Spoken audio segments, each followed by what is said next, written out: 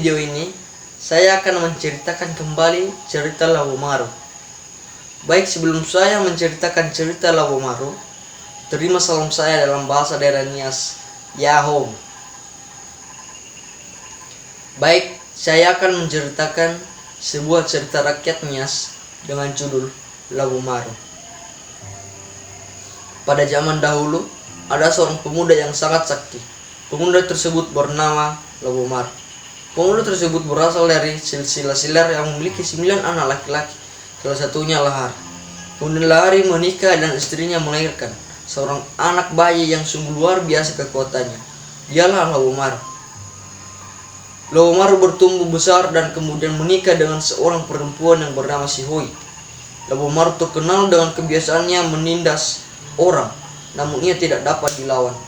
Lawomaru berambut panjang, tidak pernah dipangkas, dan parang pun tidak menembus kulitnya. Semua masyarakat menyimpan dendam atas kelakuan Lawomaru. Mereka merencanakan pembunuhan Lawomaru. Kemudian mereka menangkap Lawomaru, dirantai dan dibuang ke dalam api yang menyala-nyala. Namun Lawomaru menggunakan kekuatannya, dan Lawomaru berhasil memutuskan rantainya. Dan ia melarikan diri di sebuah lubang di tepi laut. Hingga sekarang lubang tempat persembunyiannya tersebut masih ada. Akhirnya Lawomaru memberitahukan kepada istrinya Sihoi tentang sumber kekuatannya. Ia kemudian berkata, "Sumber kekuatanku berasal dari 9 helai rambut yang berada di atas kepalaku. Apabila helai rambut dicabut, maka hilanglah kekuatanku." Ketika masih di tempat persembunyiannya, dipagari di sekeliling lubang dengan bambu yang menjuntang tinggi dan runcing, dan seekor ayam jantan yang memberikan pertanda apabila sewaktu-waktu pada masyarakat yang menginginkan kematian dirinya, hingga Lawomaru mampu menghindari dan tidak keluar dari tempat persembunyiannya tersebut.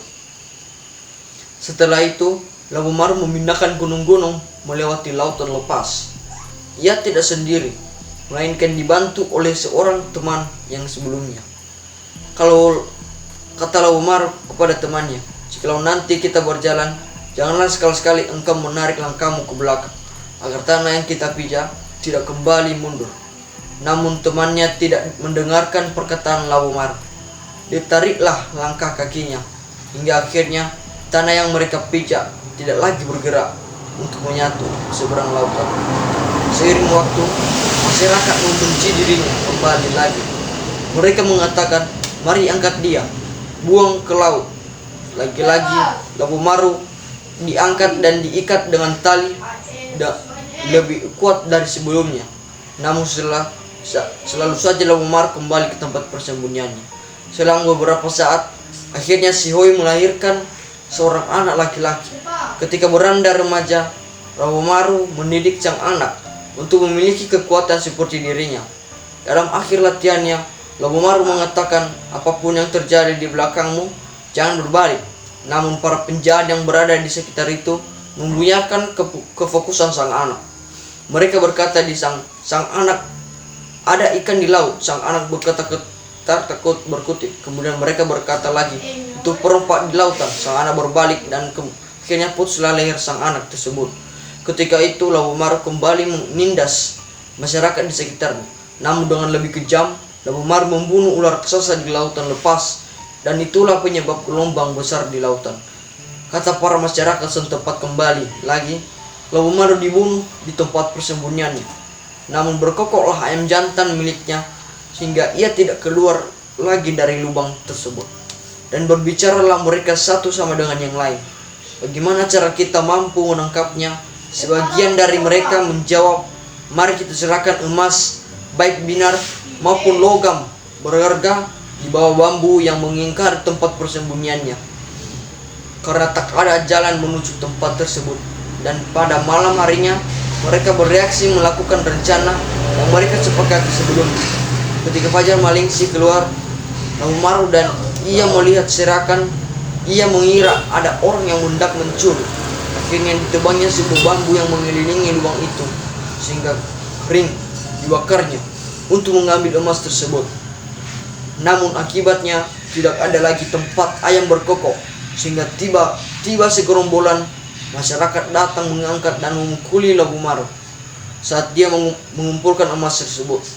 Masyarakat tersebut juga menangkap istrinya dan memeluk dia supaya memberitahukan rahasia kesaktian dari Labu Maru suaminya.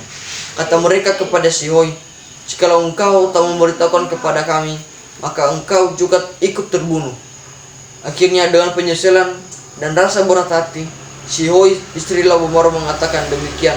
Di atas kepalanya terdapat rambut bagaikan jarum, di sanalah letak kekuatannya.